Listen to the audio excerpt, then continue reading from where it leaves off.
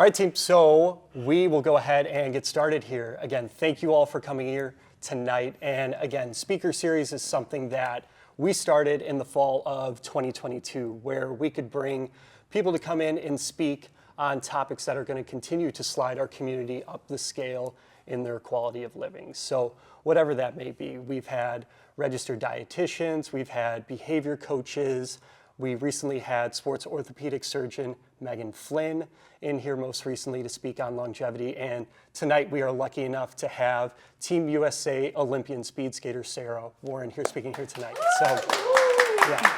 Thank you for having me. Sarah's going to speak a little bit on her journey and balancing academics and competing at a high level with training and competing in multiple sports and overcoming adversity, having experienced 10 surgeries to ultimately persevere and have the opportunity to qualify and compete at the 2026 games. So we'll give the floor here to Sarah for a bit, and then we can open it up for some Q&A at the end here. But let's go ahead and clap it up here for Sarah. Thank you so much for coming. Thank you, guys. Thank you so much for having me. That was a very nice introduction, Ryan. Yes. He always hypes me up. But yeah, I like how Ryan really touched on, I think a big part of my story and what I try to talk about is the idea of you can kind of do it all. And the idea, you guys are kind of living testament to that too. You can work out, you can be healthy, you can be friends, you can be family members, you can do it all. You don't have to be in this one box. And so growing up, that was something that was always pushed upon me. I didn't just skate, I didn't just play soccer, I ran track, and I was also a student first, absolutely. And a lot of things I will say how I've gotten here, a lot had to go my way. And you hear Ryan talk about 10 surgeries, and most people are like, it seems the opposite. But there's a lot of luck along the way, but you put work in, so the luck becomes a little bit more favorable on your side. So starting at the beginning, I grew up playing soccer, running track, and skating. Started off in hockey, played with the boys, and then the boys got bigger, I stayed the same size, and if we're all being honest, my hands were pretty bad, but I was quick. So I saw speed skating by happenstance. My brother was a hockey player, so I stayed in the rink and saw it. My parents let me try anything, and I fell in love. One practice, and I knew it's what I wanted to do. And so I skated. We added skating in. So I ran track, played soccer, and skated. They're all different seasons. All through high school, got lucky enough to get picked up by the University of Illinois, and got to play soccer for the home state, which was, again, super lucky. This is going to be the kind of whole theme. They saw me run one time down the line. No ball. I was mad. We were losing. And I was playing a position I didn't play. And I'm like, I am going to run as hard as I can. What can I control? How fast I run. And so I sent it. I remember I was angry running. They saw one run and they recruited me on the spot. Super lucky. It was the best 5 years of my life. During that time, learned a lot of life lessons, and those came from adversity I had to deal with. There's a speech out there that talks about if you never have adversity, your story's pretty boring. And I absolutely agree. I tore 2 ACLs while I was in school and had a knee surgery in between. When I was younger, I had 2. I had some little plicas in my knees, so I came out of college at 5 surgeries. Obviously was not part of the plan. The first ACL was not a typical ACL. It was my junior year. Again, lucky though, happened 6 games in, which means I could redshirt, and so I got to play a 5th year. Unfortunately, that 5th year, I tore my other ACL, and there was a slight surgery in between those with some torn cartilage, so it kind of rocked me. The first ACL, I thought I was invincible coming into college, and I needed that ACL. I have to admit, I don't think anyone says that, but I thought I was unstoppable. I thought I was unbreakable. Again, everything went my way. You think life's gonna be super smooth. And there's adversity, but I saw my brother go through a double ACL at once. And so to me, if you can get 2 ACLs at once, I can do 1. But it was way harder than I thought. Super humbling. You learn to love the process. You learn to love the little victories. Small surgery came next with some torn cartilage. Easy peasy to me.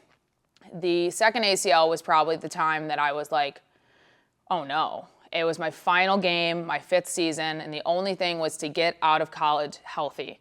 And we kind of knew, based on how uneven I was playing through the cartilage.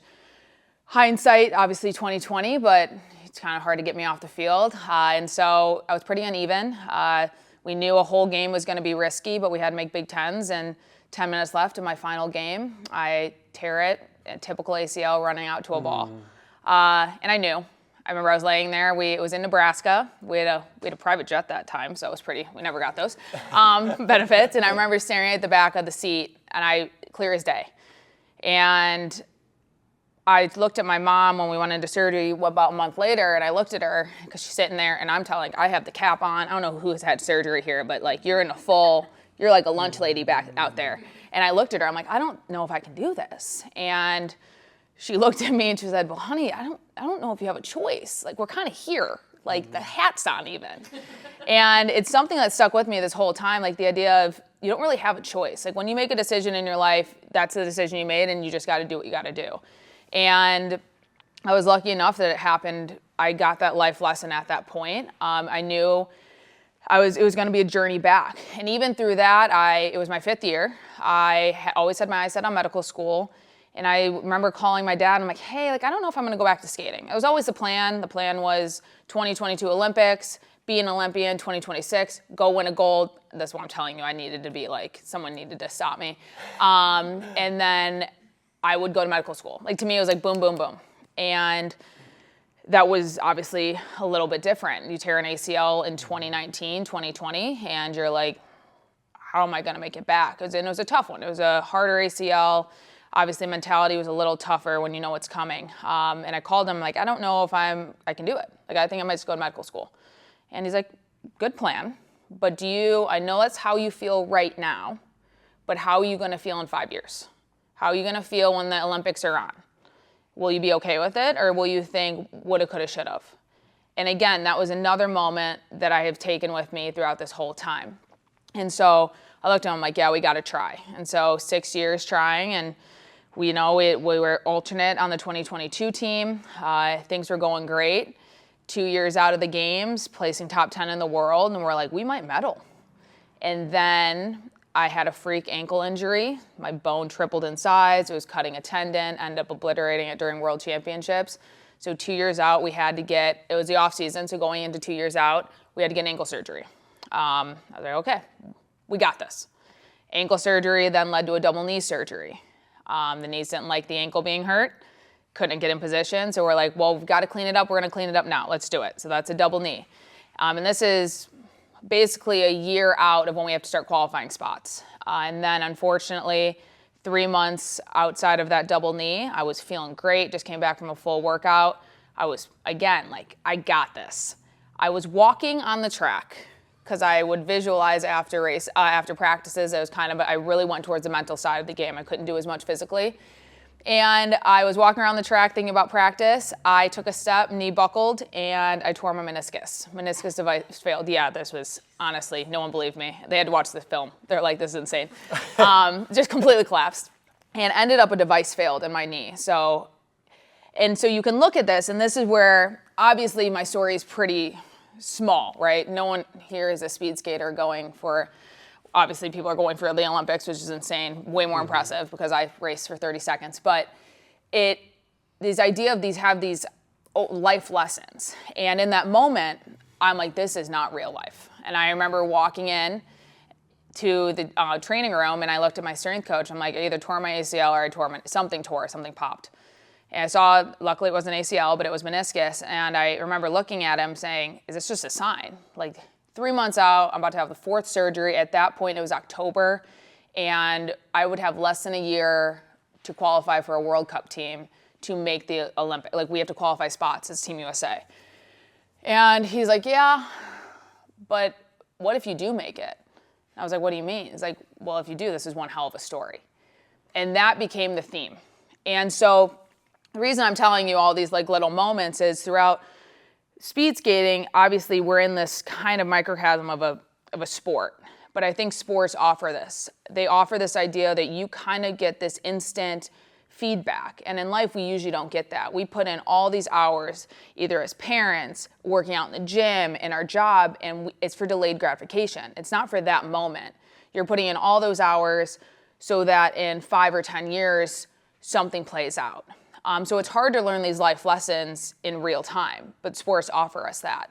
And so through this experience, I pulled those 3 lessons, and that's really what stuck with me this last season, was the idea of, you know, you can look at things through, why is it happening to me? Or, okay, this is happening to me, and how can I, like, that positive champion mindset, like, well, this is going to be one hell of a story. So any bad day, you just add it to, well, I'm defying the odds. And you kind of change the narrative when these things do happen in life, because no one lives a life of zero adversity. If you do, please, you should come talk to me, because I would happily switch places.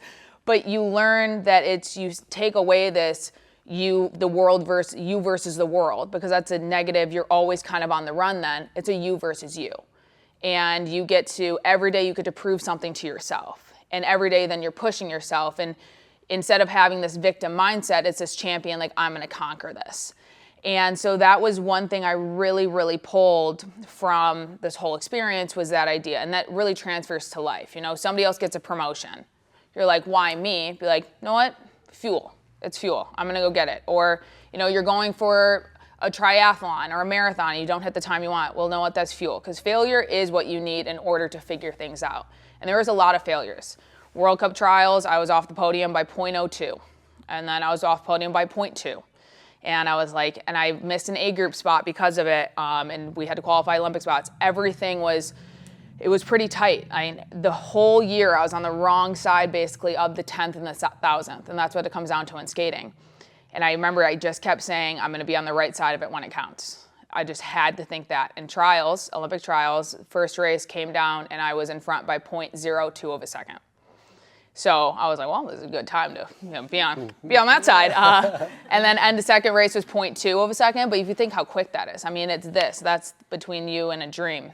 And so that was one idea I've really pulled from that idea, is champion mindset versus the victim mindset. But it really helps when you surround yourself with great people, because I can't sit here and say every day I woke up and I'm like, champion mindset. There was a lot of days I'm like, why? Like, why couldn't this just be smooth? Like, we were top 10. Like, this was going to be awesome. But what I learned through those 2 years of, I'll say hell, because it truly was like what I was capable of. And I truly was so proud of who stepped on the line, not even at the Olympics, but Olympic trials, because that's what I worked for. That was the moment that I envisioned my entire time I was training. Every time I was at the rink, every time I'd go to sleep thinking about skating, like, I never turned off.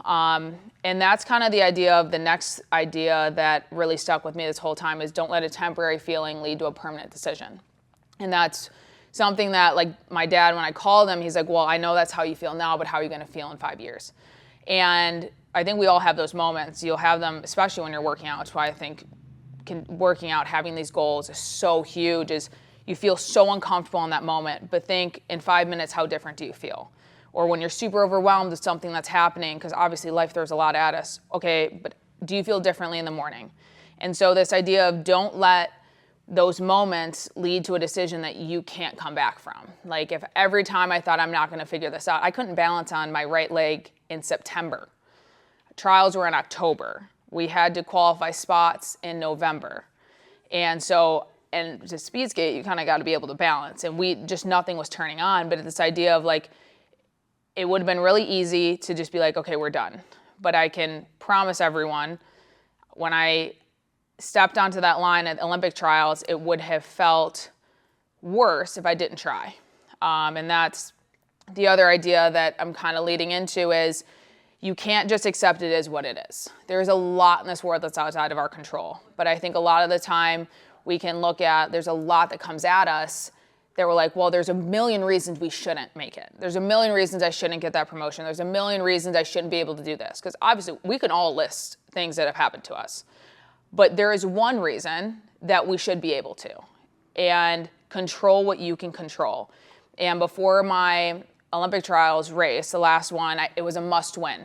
I was against the girl I had to beat. She was also my teammate, which made it pretty tough. Home crowd. It was where I grew up skating. And it came down to 38 seconds. And I was warming up, and I was listening to Herb Brooks' speech, actually. And I remember it was so overwhelming, and I'm sure everyone has felt this at some point, because I'm talking about speed skating in a circle, and everyone here is an adult and lives life, where it's just so overwhelming, you're like, I just can't. Like, I just can't. Because we're scared of failure. We feel like if we disengage, the failure will hurt less if it happens. And in that moment, I had to accept, like, I might fail. And I said that out loud. Like, I seemed insane. I think NBC was somewhere videoing with a mic, and they're like, Sarah's talking to herself, but saying I might fail. But I was like, I might fail.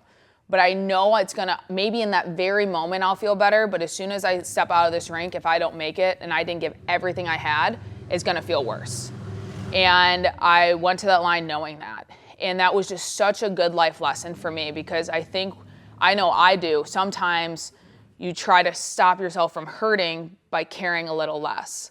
But you guys are all here tonight. You guys, I see the workouts you guys do. It's insane. You guys push yourself to a limit. You have that fire in you. And it's easy in the moment to get overwhelmed, to get caught in the feeling, and it is what it is, but it's not.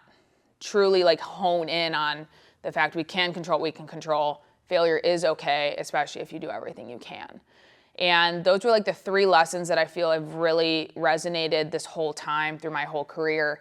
That sport, like I said, I've been super lucky with all the adversity that I've had, because it has now created someone who I think is ready to go out into the world. If we looked at 18-year-old Sarah going into college thinking that nothing could stop me, I would not be successful. That person, without the ACLs, without the 8 other surgeries, 9, would not have made the Olympics. And so, yeah, maybe if I had a few less, maybe we would have done a little bit better at the games, 100%, but I might not have made it even. And so that's this idea of everything, it's hard to see in the moment, why is this happening to me, but everything does happen for a reason. And a big thing that has stuck with me is, you can see I've had great people around me. All these things come from the support you have around you. I have not come up with any of these things on my own. It's usually someone says something, I'm like, yeah. So surround yourself with great people. And my last thing that truly I try to live by every day is the idea of staying hungry and humble. Never being satisfied. You always are striving. You reach a goal, celebrate yourself. It's so huge, but what are you doing next? But at the same time, also remember where you came from and remember who's around you and who got you there. Because we're only as strong as our support system. My support system is what got me to the games. I kept saying, like, it is me on the line, and there's a picture of me on the line with my hands up smiling when they call my name. It was one of the greatest moments of my entire life. And that's the picture everyone sees. That's the moment everyone sees the games, they see me on the line. But truly what I view that as like a jigsaw puzzle. And it's 1,000 pieces. And if any piece is missing, that puzzle is not, I'm not on that line. That's not a complete puzzle. And I think it's important that because of the awesome people that I grew up with, because of people surrounding me, I was able to make it there. And so it is so important to utilize the people around you, create a great community like you guys have, and really use that, because the idea of hungry and humble, that was my grandfather since I was little. He said it to 5-year-old Sarah, and I truly had no idea what he meant. Honestly, through college even. I'm like, what does that mean? And I finally started thinking about it, and it was the most important phrase I think I've ever heard. Unfortunately, he passed, but it is something that throughout every race I think about and throughout life, and I think it sticks with everything. Always strive for more, but never forget your roots, and surround yourself with good people. So that's kind of the whole spiel of what I've learned through 10 surgeries. Hopefully no one else has to have 10 to learn those lessons, but I definitely am super thankful, and obviously it worked out, which is fantastic. But I always say I won before I made that team. Said that to anyone. Obviously it was very nice making it, but you had to be okay with, I did everything I could, and luckily we made it, and then we got to represent the United States, so it was a dream. But that's kind of the life lessons I pulled from it. That was awesome. So for your recruiting process with soccer, were any other schools recruiting you? And also, so you're going on to play soccer in college. Mm-hmm. What are the athletes you would compete against in skating? What's going on at that time? Are they continuing training or competing? Or? Yeah, so I was definitely different. It's pretty cool actually with our age. Before, I would say there's a few skaters within our age of the Chicagoland area that school is very important. We weren't willing to give it up. Prior to that, people didn't really go to school. A lot of people were homeschooled, and if they went to high school, they definitely did not go to college, because this idea of it's hard to take time off of skating and come back. And so I was really lucky with the people around me. My parents were like, that's not an option.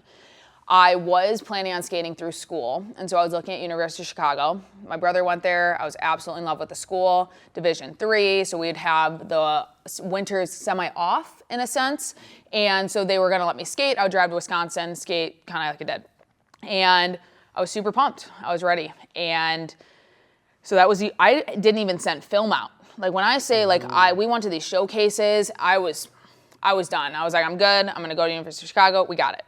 And so then when Illinois saw me, I remember my coach came up to me and I'm like, Illinois what? Like, no, U of I. And I was like, and I always growing up had this wanting to play for like a big state school. Mom went to Michigan. We're not fans of Michigan. So we have to that's a wow. But at least it's not Ohio State. But she always talked about how great it was. And I just never thought I didn't think it was in my cards, and so I wasn't really getting recruited, but I was also not even trying to. I think if I had the mindset I do now, I think I would have. I just, like I said, I don't think I had the maturity then. And then for skating, they didn't play other sports really. That was not typical. I remember a lot of people told me I had to pick, and I'm pretty stubborn. I'm pretty defiant. I've tried to temper that a little bit, but you tell me I can't, I'm going to say, watch me. And everyone told me I had to pick. School versus skating, soccer versus skating, and I'm like, I can promise you I can do it all. Now, the only reason I could do it all is because my mom drove me to Wisconsin 3 times a week, and I slept in the car and did homework. So it was not a one-man army. And so obviously, again, the community around me allowed me to be here. But I was like, you're going to watch me. And I said, yeah, I'm going to take 4 years off skating, and I'm going to come back. And everyone told me not to. And I was like, well, I would rather, for me, you peak in skating around 29 to 30, 26 to 32, basically. There was one opportunity to play college soccer at University of Illinois. If I shut that door because it would make the second chapter harder, well, I already gave up on one. So for me, if I don't make it, but I decided to live this life and go get a degree and be a Division I soccer player and truly meet the people that have shaped me, then that is what it is. So definitely no one took that same path. It's very cool now. A couple people did. And the 2 Chicagoland skaters that did are some of my best friends, and they're both medalists in the team pursuit. So it was not me. It was honestly just one big movement of us. We're like, we're going to go to school. One of them played hockey even too, and we can show that you don't just have to be a speed skater. You can be a whole person. And so that was pretty great. Definitely has changed the culture. Mm-hmm. Anyone else you guys can ask any question about the games too. Oh, yeah. No, I'm very open book. I have no question. You're off limits. First, every 4 years, Winter Olympic runs around. I go speed skating. It's amazing. I start to do a speed skating exercise workout. You're insane. You don't realize it though. Yeah. Absolutely insane. Humbling. I was like, oh, I saw her do this, and then I'm like, no, we're not. No, it's crazy. To make you feel better, we get sore. Like when we take a month, we take a month off and it's hard. No, it's like horrible. It's like, and I'm a sprinter. It's funny. You see the distance skaters do what they're doing, and I say the same thing. I'm like, how do you guys do that? Like, Long track? I'm so long track, but a sprinter on long track. So there's short track, which is on a hockey rink, and it's kind of like roller derby. A bunch of people out there at a time, and long track is like track on ice. So everyone has their own lane. No one's really supposed to touch. If they do, there's actually one collision at the games. It was like hot news. So that tells you how not common it is. There's one event in long track that is contact. It's a mass start. But other than that, it's just track on ice. It's metric. You go as fast as you can, and whoever's fastest that day wins. So sprinter, but on long track. Okay. And the actual question. I think we have a bunch of coaches here. So you have been, I'd say lucky enough, but you earned it. Anyway, you've been around a slew of elite coaches. Mm-hmm. What are some attributes that make them worthy to coach elite athletes? Absolutely. And some you're like, not so much. No, absolutely. That's a great question. I think knowing your athletes.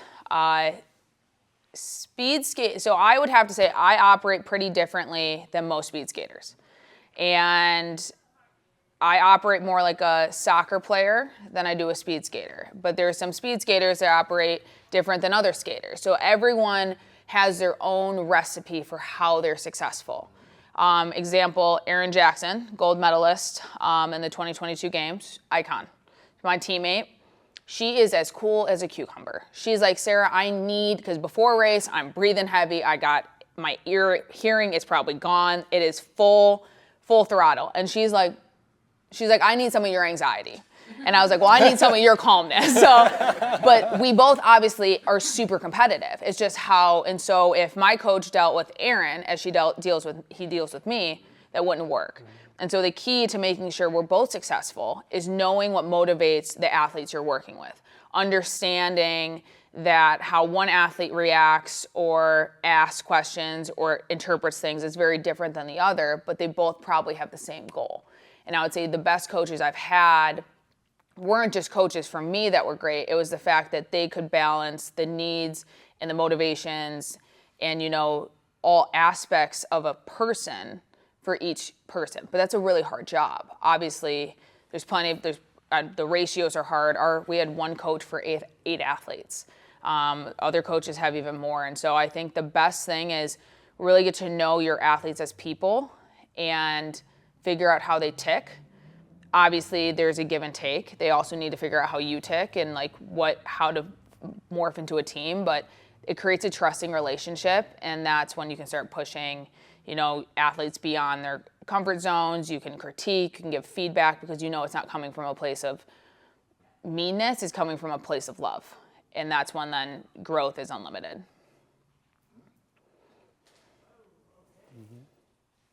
My question was, did you choose bioengineering because of your injuries? Yes. Yeah, so I, again, was lucky enough that when I was little, my knees absolutely blew up. We had no idea why. Super active kid.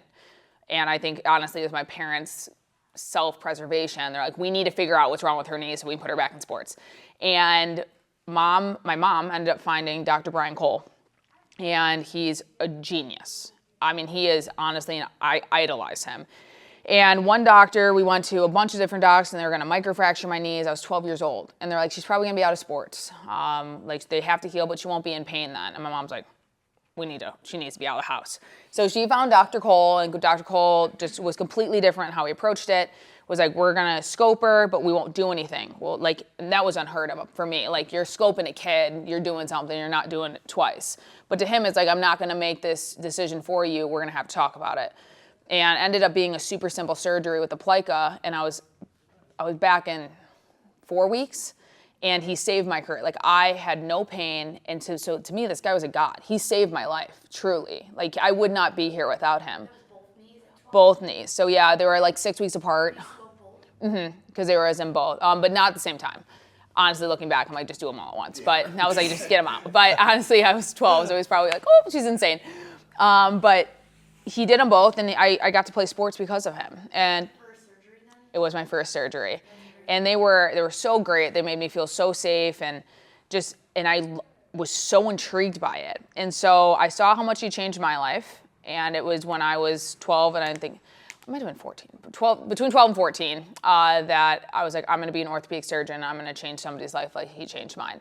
And he's big into cartilage regeneration. He's big into, you know, he does the meniscus transplants. I got to shadow him. Yeah, he's on. I can give you his contact. I got to shadow him when I was younger, all through high school. Like, I would wake up at 5 a.m. every day to go in, hang out, and shadow and do anything. Like, I would go grab lunches for people. I mean, I had no skills. So I would just stand there in surgery, and then I would do anything that no one else wanted to do. I'm like, I can drive a car. So I would go and cater lunch. But it was super cool. And because he changed my life, I wanted to do that for somebody else. And so bioengineering seemed like the best route to be able to do cartilage regeneration work. And I wanted to be Dr. Brian Cole when I grew up, and ended up also being able to get my master's through Johns Hopkins in the same, to kind of further that. And the plan has not changed at all. It's just pretty cool. Now that I'm older, I get to talk to him a little bit more about it. And he's been super supportive with the whole thing. I actually have an appointment with him on Thursday. And so he's been completely my person. He's done all 9 of my knee surgeries. I won't let anyone else touch him, and he knows it. And he is a call away. Tore my meniscus, texted the PA. He said, that's impossible. I said, well, sent the MRI. He goes, that's insane. Only you get hurt walking. And I was in surgery within, I think, 3 or 4 days. So yeah, he has been, again, talk about the puzzle, jigsaw puzzle. He at least has 30 pieces of that because he's been awesome. Kind of I was talking about being lucky. Like I have had a lot fall on my lap. It sometimes didn't seem like blessings, but looking back now. You said it well. It's like you earned that, you know, in the relationships and the people, like, or is it all just meant to be, you know? Yeah. Like lucky, but it's actually you following your path. Yeah, I think you make luck to a point, and then it's from then you kind of the universe kind of. I think good things happen to good people. That's what I try to live by. Help people around you, help your neighbor, and just surround you. But if you do that, you surround yourself with good people. And I've again been super lucky that you guys know Ryan. Just imagine like 20 Ryans around all the time. And so I've been pretty lucky to have good role models around me, and things have gone. Doesn't seem like they went my way, but they definitely, in the grand scheme, helped me become who I was. Did you guys watch the Olympics? Mm-hmm. What was your favorite event? You don't need to say speed skating. It's okay. I get it. I was going to ask you if you could do another sport, what would it be? Hockey. Okay. Honestly, that was. Yeah, it was honestly the one thing I was like, could I play hockey? No, I couldn't. But the whole movement with the women's hockey and how much it has grown, we're super lucky in the Chicagoland area. Honestly, my fangirling moments were all the women's hockey players because Kendall Coyne is from Chicagoland area. She grew up playing against my brother. So she was the only girl on the ice. And she's part of the reason I wanted to play. And she dangled. Like, I remember John would play against her, get in the car, I'm like, Kendall beat you today. Like, she was so much better than you. And she was. Like, she was super fast. But she never played like, oh, she was a girl playing with guys. She just played like she was a hockey player. And I idolized her. Like, when I say, like, I saw her, like, I, like, couldn't speak situation. And so watching the girls play and watching how cool, like, the team got along together, I do miss team sports a bunch. Skating is individual. It's a team because we work out all the time together, but like I said, at the end of the day, it's tough when your trials, there's one spot and 4 people, and you're close to all of them. So it is tough in that sense, but yeah, so I would say hockey, but I just didn't have the hands. Maybe I tried a little harder, but hindsight. Better for the injury. Oh yeah, the concussions, yeah. We got enough of those in college soccer. I was like, I'm like, we need to keep this noggin. I'm like, now I just avoid things. I'm like, nope, no more. But yeah, probably hockey. Can you speak to imagery and like when you were walking around the track, even what you're listening to? Absolutely. How much goes into that, and even well before the race, the night before, months before in preparation, what you're envisioning? Absolutely. So yeah, imagery is a huge one, and it also kind of speaks to where you are, where your head is at. It's funny, the year. So after I got hurt, I did make the World Cup team. And during that time, I was really trying to use imagery. I just didn't have the maturity yet, to be honest. The top 10 was great, but I got top 10 not knowing how I was doing it. It was just kind of like things sometimes click with skating. And I look back on the season, I just wasn't hurt. So when then things get thrown your way, it's tough. You have to get around, you have to create your own confidence. And I remember I would do imagery, and every time I would trip. Like, I usually do it in the shower. It's like, for some reason, and I always, like, the year before, I was like clear. I would see my whole race totally fine. When things started going badly, my imagery also went. And I would trip I'm like, I'm envisioning this. Like, stop tripping. But like, and I just couldn't, but it really spoke to like where I was at. I couldn't fake it in my own head. And so I think it really sends a straight signal down to like, where is your confidence at? Where's your mindset? And so when I spoke to a sports psych a ton, I have like 3 that we use. One was straight at the games with us. We have one that's been with us for a while. And, they really help create this, environment that you're allowing yourself to figure out the whys, what works for you. And so for imagery for me was I would see what can I control in a race. Olympic trials, every night I called my sports psych. I think his family hates me, I have to admit. And I would get on the call sobbing. And he's like, okay. And so a big thing, this is kind of, you have to understand skating on this one, there's inner and outer lanes, and you switch. And so the final race, I was on the outer lane. I would end on the outer. The girl I had to beat would end on the inner, which means I was hunted the whole time. And I remember calling him, and this kind of speaks to the imagery, and I was like, what if she comes up by inside? Like, what if she, and we have 100 meters at that point. Like, it's a drag race. He goes, okay, what if she does? What happens? And I'm like, what do you mean? No, she can't. And he goes, no, but she might. So then what are you going to do? You're going to imagine she is beating you out of the turn, but what are you going to do? And I exactly talked about it. He's like, okay, so what are you going to do from the beginning? What would be a great race for you? And I would say it out loud. And saying it out loud actually is what solved, before this point, all of this, like, you know, you're fighting your own brain, you're fighting the doubt, because you're saying it out loud. You know what, I need to hit here, I need to hit here. And it broke it down so then I could just go race. And so I think imagery is where you can put in the brain power. And I had to do a ton. I had to relearn how to skate. Like, after all the surgeries, I had no feel. I couldn't balance. And so the one thing I could do was imagine. And like, imagine a perfect race. I could feel it. I could sit there without getting in position. And then practices for me had to be so intentional that my journal, like my phone, you should see it. It's insane. Like, every practice I'm writing. It was probably too much looking back now. Probably put a little bit too many cues in, trying to perfect things, but you have to do it that way too. You have to kind of push the envelope to figure out. And so I think how intentional you are in each of your movements to make it as effective as possible is just this idea of, like, honestly chasing, you're staying hungry. You're like, it needs to be better, it needs to be better. So imagery really helps cement that. You get those mental reps in, but I also think it's a great avenue into where's your mindset at. And if your mind's not there, then you got to get that. You're exercising that as much as your body. So a big thing. And journaling too. I journal all the time. Note good and bad. That's a thing sports psychs really worked on. But that's super easy. You know, you have an effort that you don't finish, or it's slow. Oh, that was bad. The minute you put an adjective to it, your brain puts a feeling to it. But if we don't put it, okay, what happened in it? Like, okay, you know what, I hit the corner lane, I didn't hit this crossover, my hips came out. That's just objective data. So there's not like a feeling towards it. Yeah, you're frustrated, you didn't get it, but those are things to fix rather than like, that was just bad. Well, that's immediately a negative connotation. Your body is gonna shut down a bit. Or it was good, you're probably not gonna learn from it either. Good, okay, fine. No, what did you do well? And so kind of taking out the feelings from things and just making it practical was also a huge thing. So my notes were not allowed to say good, bad.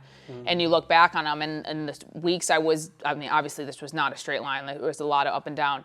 The down weeks, I looked at my notes, and there were these like kind of feelings towards the skating that were not helpful. If we're gonna judge ourselves, we're gonna create an environment we're not gonna learn. And so that was something that really, really helped kind of move me back on the right path. Yep. Your main competitor seems to be mostly like yourself in a sport like speed skating, but when you're out there, there are other people. Yeah. How do you what is their part in like your mindset, or are they just not there? So, you know, they're there for me, but more of like, I'm super, super like competitive. Like, I hate losing. So like, we have one pair out there, and so for me, it's beat your pair. Now, that's not always possible. Like, sometimes you get paired up, you know times. So you basically just try to skate as clean of a race as you can. But it's you against yourself. It's like, how much do you hurt? How much can you push? And you constantly are kind of chasing this rabbit that's in front of you. And so it's easy, especially in practices, I would say, more than races, because races, you get it's finite. Like, that's what you're working towards. Practices, you hear everyone else's times, but you kind of have to stay within your own journey and not compare, because when it comes down to who's a racer. And that's a huge thing for skating. There's practicers and there's racers. But if you get so caught up in somebody else's journey, your mind's not on yours. And so if you need to take X steps to get to this level, but you're worried about so-and-so over here, you're not gonna hit here at all. And that's something you have to like learn, that basically it's you versus you. It's not the world versus you. And I think a good coach, going back to that, really cements that. It is not about comparing. Everyone's on a different journey. It depends what you're working. Like, we can come up with a million reasons, but at the end of the day, it's you versus you. And if you're the best version of yourself, well, at least I know for me, then I'm gonna go win that day, in my mind. I mean, maybe I won't. I mean, there are some really fast people, but I'm gonna do everything I can to win, and that will be a successful day. And I think skating really does a great job of teaching that, because it's hard to win, and if you get caught up only on that, again, like 0.2 of a second, you learn to just be like, you're on the wrong side of the 10th today. Mm-hmm. It can be, I think, like in the games, off the podium in second was I think second to fifth was like 0.05 or 0.1. It's insane. We've had worlds, I mean, people for skating, like to get insurance, health insurance, you have to place a certain level. And so people lose health insurance off of 0.05. They lose, you are funding, you get paid off of being top 16 in the world. If you're not top 16, you get no money. And so people's livelihoods are off of 0.05. And so you learn that it's just, you got to focus on you. Because if your mind wanders, it's really, you'll get caught up in the process too much. My question is, what's next? See, I know. So I speak to all this, and it sounds like, oh my God, it was so fun. It was fun. Like the last year was fun, obviously, but it was stressful. I mean, there was not a night I went home. I looked at it the other day. I would go home and film myself working on technique almost every single day. Like I went home, my brain didn't turn off. I didn't do anything else. I remember I told my poor parents, I mean, like, they are just the greatest humans on planet Earth. They're like, Sarah, what's next after the games if you make it? I'm like, I can't think about that right now. Like, I go home, I eat, I work on technique all day. I'm studying film. But you're playing a mental battle all the time. And I mean, it's terrifying. You have a bad practice. It feels like the end of the world. You have to solve it.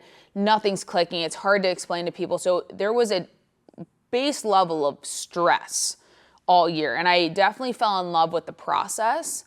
But I would say I did not always love the skating aspect. And that was something when I made the team, I knew where I was, like, we kind of knew where we were at. My knees were really, really bad at trials, going into the games, and we just had to push it. We had to push them. We kind of pushed them a little too hard to get there. And so there's damage, there's bone bruises, and I knew we were going to give what we had. But I promised myself I was going to enjoy the moment. And I probably didn't have my best race at the games. I didn't. But I had so much joy just racing that I was like, let's try that. So I'm skating this year until these bad boys give out on me. But then there is the what's next. And I think that is something I obviously advocate. And so I kind of have to put my money where my mouth is, of the idea of you're a whole person. And so this year I'm trying to be more holistic with skating, enjoy it, like do things, enjoy the process, enjoy the failures, enjoy the practices. It's just not working because there's going to be a practice it does. Your back's not against the wall. You're not staring at this hourglass of like January 2nd, 2026 is the day that decides if these 6 years were worth it, which in the grand scheme, no matter what they were. But so this year we're enjoying skating, but I'm studying for the MCAT. And so goal is to take that in January for the hopefully one and done. But just in case, we have a little wiggle because I'll apply in end of May, beginning of June. And so then get my clinicals done in January on. If the knees hold, then we'll try for a couple World Cup teams. And then after the season, we'll probably hang the skates up. I did promise if the knees don't hold, I mean, like I said, we pushed them last year. Like I was in a ton of pain every day. There was a lot of damage. We did get an MRI and they're angry. And so if the knees don't hold, then obviously we need to make some decisions. But as long as I'm enjoying it and I'm not in 10 out of 10 pain, then I'm gonna try to skate, but also study for the MCAT. I garden, be the best daughter I can be the best friend I can be. Everyone sacrificed so much for me to get there. So now it's kind of time for to fill their cups now too. So kind of just be a full person. Here's another question I have for you. How did you maintain your relationships for a while? I have the world's best people. I think that was actually something I learned too. I was I don't want to say a brick wall, but I cried. I'm like a crier, but I'm a frustrated crier, but I'm not, if I need help, I never reached out. Like I would like always really close to my family, really close to my mom. She ended up moving out to Salt Lake, so I had her there. But that was about it. Like if I had a bad day, mom heard. No one else heard. Friends didn't hear. I felt like a burden. Until, it was one of those I finally opened up. And I'm like, I'm stressed. And you realize other people have the same stresses. And we created such a great community. My two best friends actually live in Chicago now. They moved here. They retired and moved here. And those two were huge parts. And how that I maintained that relationship, I was authentically myself. And when you are, you're going to get people that come into your life. There's going to be people that go out of your life. But if you're authentically you, it's such a safe space that, like you're there for them, they're there for you. And I just feel like we filled each other's cups. Different days, you took some, they took some, but I always knew they were going to be there. And so I don't know how, because I was stressful. Like that was my poor mom, my dad, my coaches, like it was hard. People gave everything they had, but I want to say hopefully in probably previous years or now, can give back to them the same way they gave to me. So why they stayed, I don't know. But I'm extremely lucky they did, because it was definitely a whole community that got me there. So that's actually a phenomenal segue. What are your thoughts on your work-life balance while, I guess, competing versus where you are now? Because I imagine It's different. a little different. Yeah, it's just something I've always struggled with. I'm a very go-getter. Like if I'm doing something, example, I picked up golf and I'm now taking private lessons in a simulator that they do video feedback. And I'm looking at the guy and I'm like, I can see it. I know it's not right, but I'm purposely doing this because I'm like, you need to calm down, Sarah. And this is golf and you look like Happy Gilmore. So you have a lot, I don't even know what, he hands me something, I'm like, what is this? If it's a driver, he's like, that's the putter. Please go out there. But I am very bad at that. I would say I have been always so gung-ho, 100% on something. And it is a lot different now, but because I'm forcing it, it's tough. Even now, I try to have this mentality about practice and, you have a practice and you're like, well, there's film. I'm going to go home and watch it. And I'm like, no, give yourself 30 minutes to watch it, but you need to go study for the MCAT. Or you need to go, you told mom you're going to go do dinner. And the amount of times we just sit at dinner and stare at film the whole, I look back, I'm like, that poor woman. We just stare at film the whole time. She can't even see it, it's upside down. And I'm like, do you see this? She goes, yeah, hon, totally get what you're saying. But it's hard. I think it's hard, for all of you too. You're such motivated people that when you do something, you want to do it great. But it's almost the opposite of what you think, where if you put so much into it, you almost block the ability to grow. You got to give yourself time, and I truly didn't believe it until you're almost forced to. So my work-life balance is a lot different now.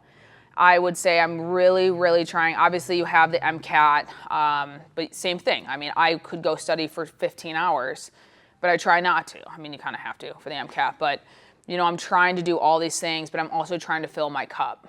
And the idea of mental health is important. It's important to be happy. It's important to enjoy what you're doing. And obviously when you're studying for 15 hours, the MCAT's not super fun, or when you're in practice and it's just not something you like to do, but you find other ways to fill your cup. And a lot of time that's with people for me. So it's better now. I would say it was good in college too, but again, I was surrounded by great people. And so it's something I constantly have to work on. But I think it's so, so, so important. Okay. That leads to one more. Yes. There's more, but just one more. No, you're good. For now. All right, so we know we can list probably a slew of positive attributes that elite athletes have, whether it be their resilience, their attention to detail, their focus, blah, blah, blah. What are some attributes that elite athletes have that keep them from crossing that line a little faster, or something along those lines? I would say the same idea as no work-life balance, just this idea of I would say as people, selfishness. And I will be, my Olympic year, I look back, I was selfish. To my family to everyone, like it was, I had to put myself first. And I said that to them, like, I need to do what I need to do here. But I do think if you do that for too often, or you don't notice you're doing, you don't have the self-awareness, you do shut out this ability to have this community around you. And I think if I was able to do that 3 years down the road and open up and not be this brick wall, like this strong athlete, like I'm never gonna show people where I break, where where my cracks are, I think I would have been even better, because you're as strong as the people around you. We can't have perfect days, but if you can look at the person next to you and truly trust and believe and love them and know and have them feel that same thing, then you're going to be great. That's why, I mean, my soccer teammates, they came to Milan. Like they flew out there, one drove to Wisconsin. As soon as I made it, they were in a group text with my mom. They flew out there because we had that though. But that's a forced thing, right? In an individual sport, it's a little different. And so I would say for athletes in general, it's the ability to be vulnerable enough to ask for help. I feel like if you don't, you're limiting yourself to what your mind can do rather than what the people around you can do. And the idea of perfection. We hate to fail, and you need to have that, but you also need to realize failure is not a personal failure. You are not your sport. You are not that failure that's necessary to grow. But it's so hard. I mean, I'm saying it and I still hate it. I will think about it all day. If I miss a rep or I miss we do 400s, and if I'm a little over the time, I'm like, oh, where could I have pushed? But being scared of failure means that you only are willing to push so hard. And you might push your body till you throw up and you're dying, but you're really not pushing yourself into I'm gonna fail. And so I would say it's an ego, but I don't always think it's an ego. I think it's a fear. It's a fear that we are less because we didn't achieve it in that moment. In reality, the moment doesn't end there. It's just part of the journey. I think we have to decide where our finish line is. Yes? Do you mind sharing with us who are your people that you allowed to be vulnerable with? Yeah. And were there? Absolutely. There's a whole slew. Friends-wise, in Utah, I would say friends and just teammates. Brittany Bowe, she's queen. I actually had a race. She's why I wanted to be a long tracker and be fast. I saw her skate when I was little, and she was amazing. And then I ended up being teammates with her. And she's just so, Brittany went through it. She was top of the world, got a concussion playing bandy, and had to take a season off. And she struggled. She had these struggles, and she's really used her, I would say, struggles and ups and downs to help others. And so Brittany was one that I knew I could go confide in if I had a question, if I had doubts, if she could see my mind going at practice. I'm definitely an overthinker. She brought me back. And she's my competitor. We race against each other, and she still offered that. Mia Manganello is now in Chicago. She lived out in Utah, and I was lucky enough to become friends with her. Emery Lehman is Chicagoland. We started skating together. And he and Mia were on the same team, and we became thick as thieves, the three of us, and we just got each other. And they were at the rink, and we could see each other's faces. We can read them a mile away, and we know, you just know. And so you're just hey, you got it. You're good today. And it was just so nice to know that, or to run things by. And the nice thing about when you have these relationships is hey, what are your feelings on this? This is my feeling on this. Can you offer me devil's advocate, please? And Mia is great for that. And you would think you call your friend, you just want to be able to be I'm so right. And they're yeah, you're so right, girl. But that doesn't help me grow. And so that's a big thing Mia did for me. Emery knows me the back of my hand. I've known him since I've been 12. So that was also, it's just a piece of home. Especially you're on the road. We were on the road for 53 days, I think. Throughout the games, before and after. And so you just have, I would say those three people were massive in terms of just creating the athletic environment I needed. And then I have best friends out there too, or that are just a call every day I can call, and the phones always get picked up. And, a lot of them, I grew up with him. His name's Ethan Sepron, another Chicagoland. He's now my teammate, which is very fun. But grew up, his dad was my first short track coach, and his brother was my first long track coach. And so it's just been just it's a family at this point. His fiance is one of my best friends. They recently got engaged, and so it's just you create a family. And without them, I wouldn't love what I do. Like, you have these relationships, you want to go to the rink, and you also want to see them succeed. And that's what's really cool. You have a bad day, but they go and rip, you're pumped. You're absolutely pumped. They make a team, you know, people are searching for their first World Cup team, people are searching for world records, we all have different goals. But when they hit it, it feels like you do, because you know how much work they have put in. So those were probably like the main people. And then my coach was unbelievable. He stayed after, he did extra work with me. He tried to explain things in different ways, because I don't come from a skating background as much as other people. And so I definitely took a lot more explaining for me to understand things, and he did that. He's super patient.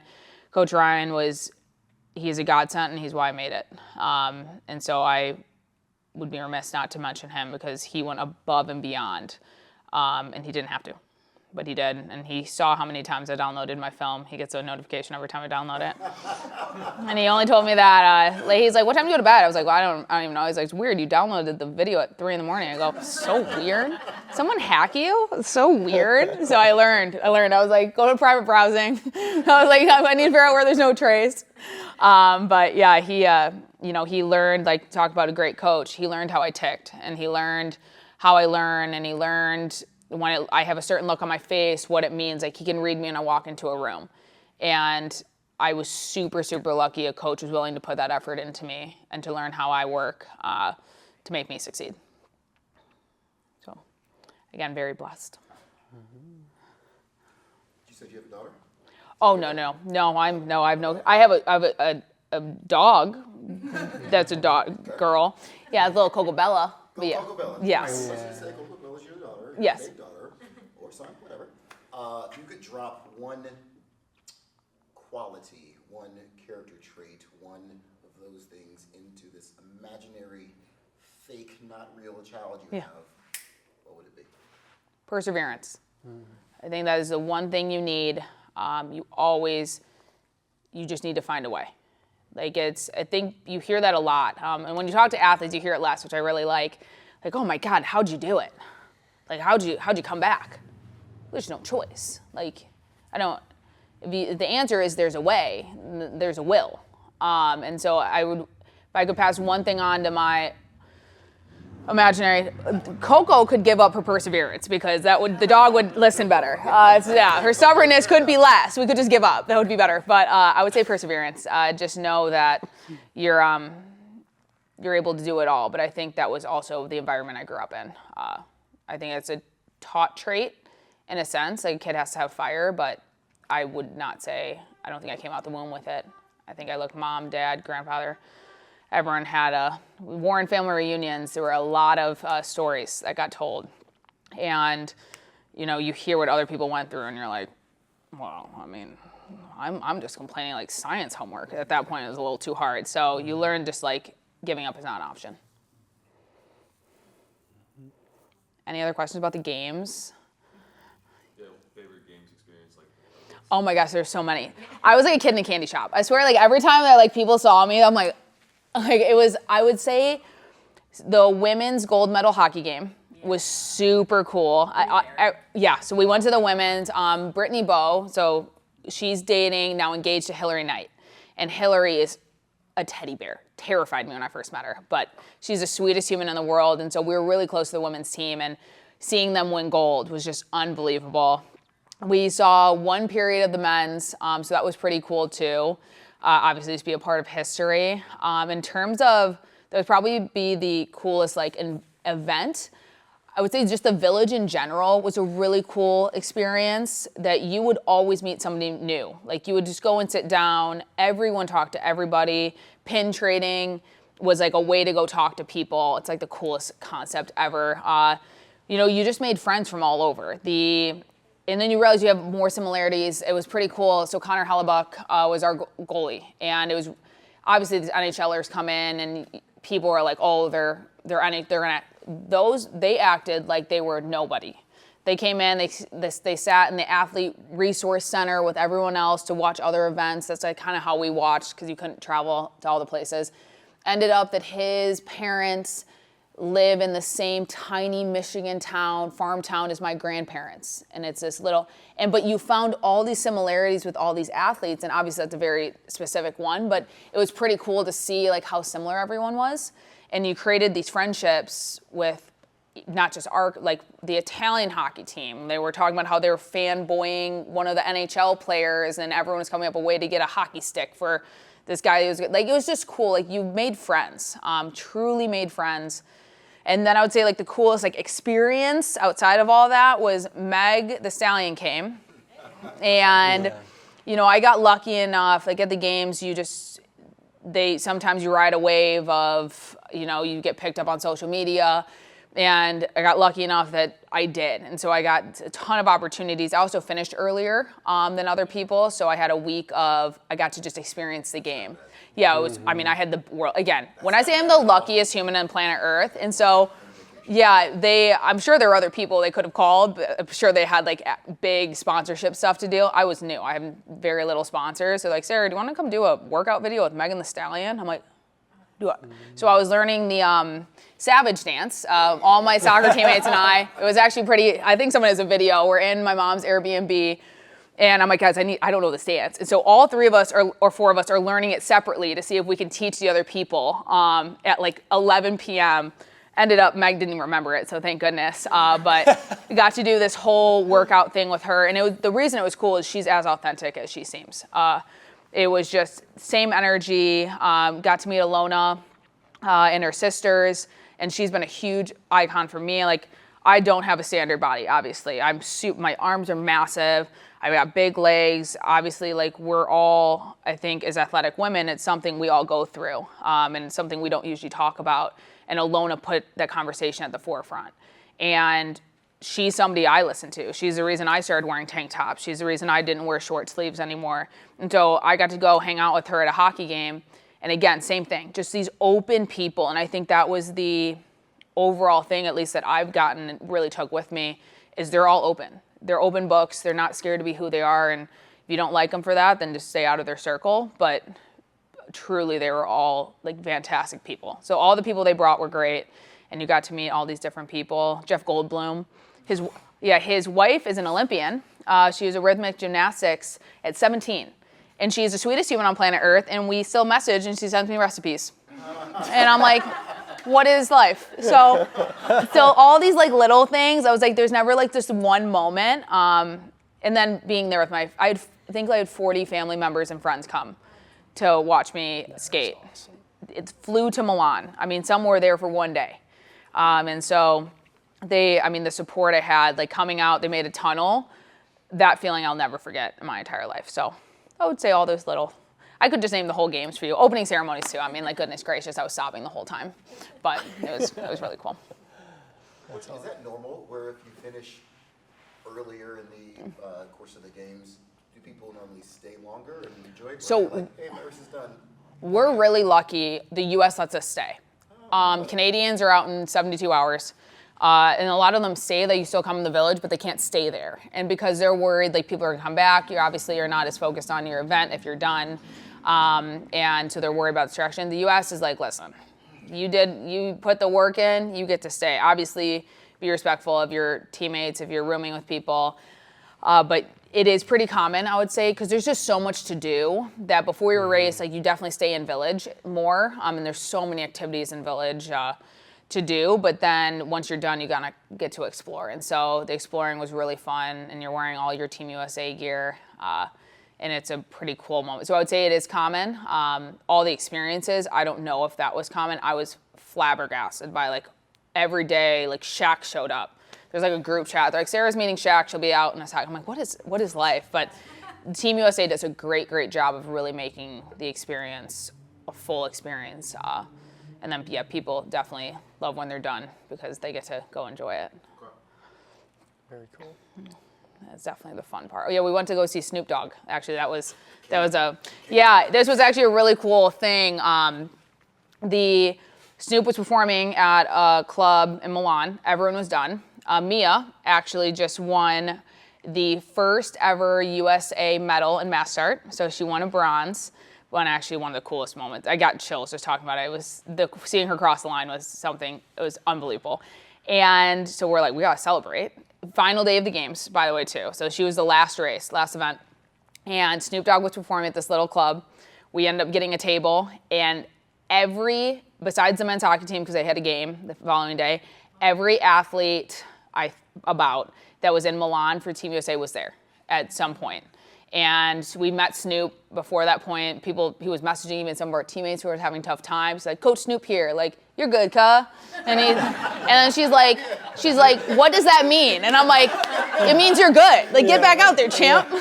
Like, he was talk about authentic. So we met him, and Snoop walks in, and he performed the top 6. Like, you think of Snoop songs, he's up there, and it was the coolest experience. You got to be with all your Team USA athletes, and so that was definitely that was funny. Like, when we talked to NBC after, and I'm like, is it bad to say going to see Snoop Dogg in a club was one of the top things? But it was pretty cool just because at that moment everyone's celebrating. Obviously, people have their medals, and that was the moment that we got to celebrate everyone and their accomplishments. And then Snoop's wrapping up there, so what's better than that? In Milan. I was like, that was the coolest thing on planet Earth. All of us have Team USA gear on too. Like, no one's dressed up. Like, I had like a bucket hat on. I had like the triple colored shirt that's like Team USA. Yeah, cargo pants. It was awesome. So it was pretty cool. That is awesome. But if there's any other questions too, like about the games itself, it's really funny the ones you get. Like, I talked to my high school, and they're like, so like is so-and-so dating so-and-so? I'm like, I don't know. We're not really too sure. It was pretty funny, the ins and outs. But yeah, it was a really, really cool experience. Awesome. People who win medals just get to wear them around. That's actually our running joke. They don't wear them as much, but when you go on press tours, you have to carry them. So they carried, like the women's hockey team always had them on them, and then they would let people wear them. Our running one is with Ethan. We did a tour of Olympians, which is a really cool thing US Speedskating does, where we go to clubs around the Chicagoland, Milwaukee, Midwest area, and schools. And we get to talk to these kids and try to, give them mostly about like getting out there, movement, and believing in your dreams. But Ethan would bring his medal because it's the coolest thing. And we'd always make fun of him, like, of course he's showing it again. Like, there it is. He'd like pull it out. We're like, oh my gosh. But then he is 2. But I would. I mean, they should be pumped. But they usually have it on them. But they're very, very sweet about, like, everyone can wear it. It makes me nervous every time. I'm like, please don't drop it. But super heavy. Yeah, and each one's different. It's really cool at the winter games. They don't have to be the same. So the summer, I think, look more similar. I think they have like a design, but all the winter medals are different.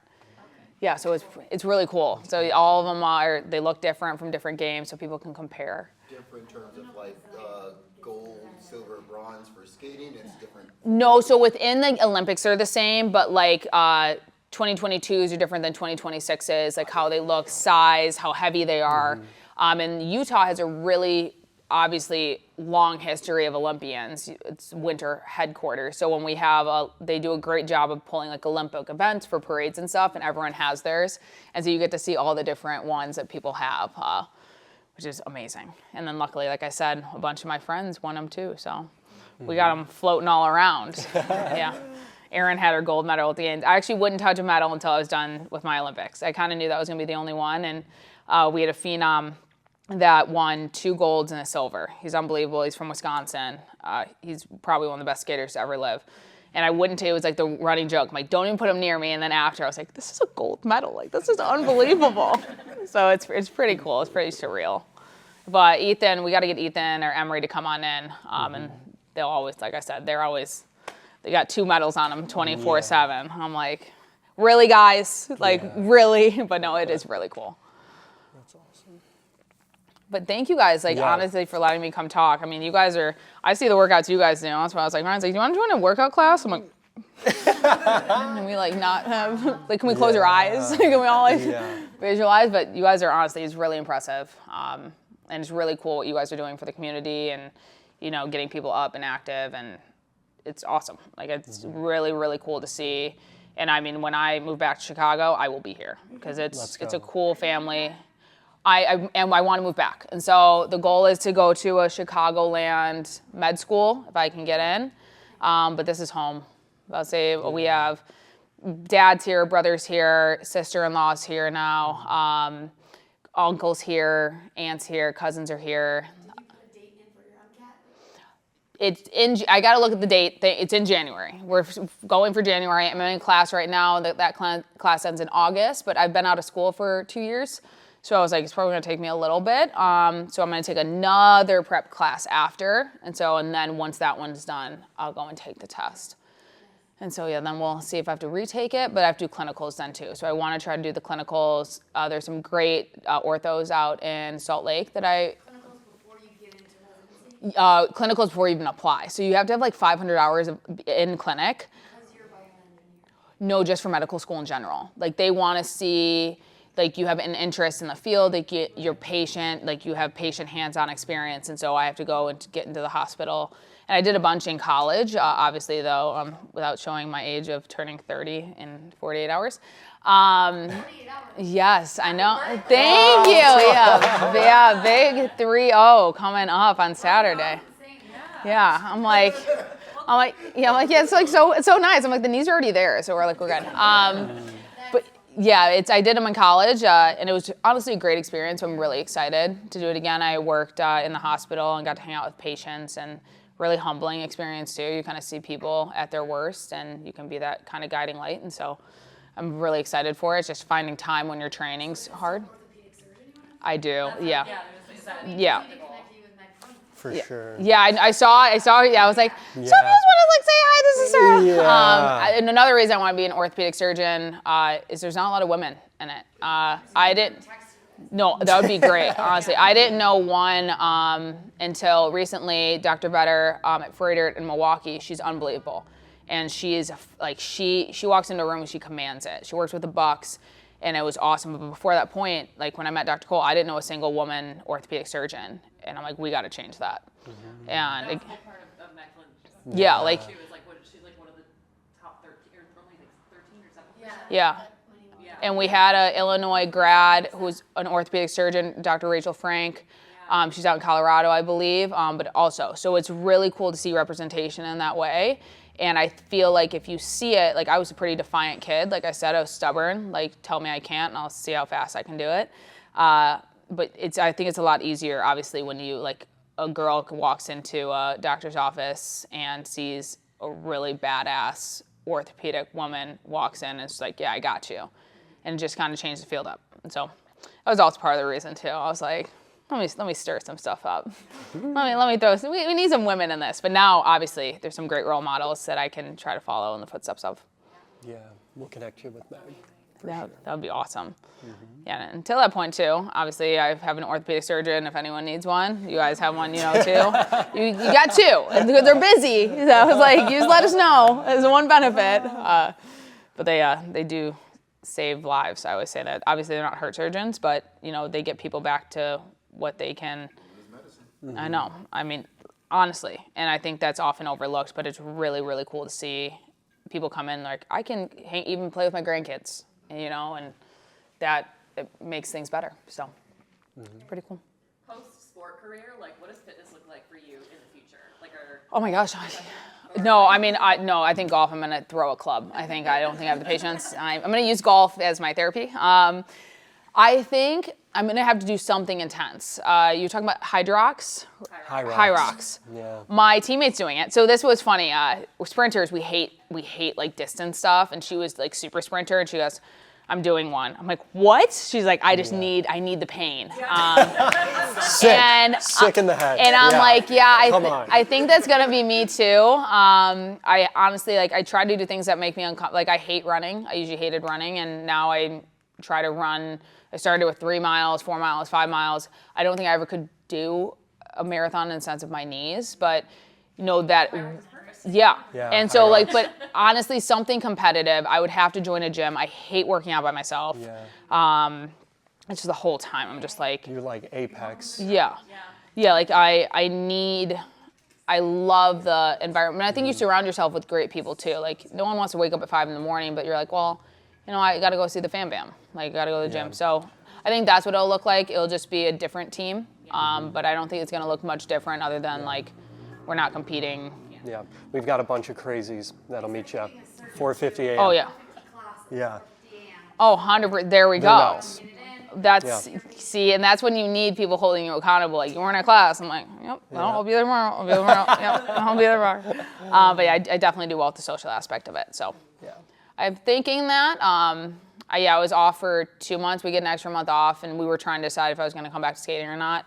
Oh, I was going stir crazy. I was just like, even mental health too. You're like, what am I doing? What am I like? What? And you go on a run, and you're like, immediately feel better. And so I just have to find a group, I think, once I'm done. But like I said, hopefully I'll be back in Chicago. So then you're gonna be like, oh, she's back here. Yes. I won't talk as much. I'll usually like hyperventilating on the thing. I love Yeah. So, but yeah, that was. I think what you guys have here is exactly what I would join. it. Yes. We can't get rid of me. Yeah. Just not as much arms. These things are all show no go. They really don't do much. The airport's I hate to see it coming. I'm like, please don't make me carry a bag. I love it. No, Yes, thank you guys, seriously. This is amazing. Props to you guys. Awesome.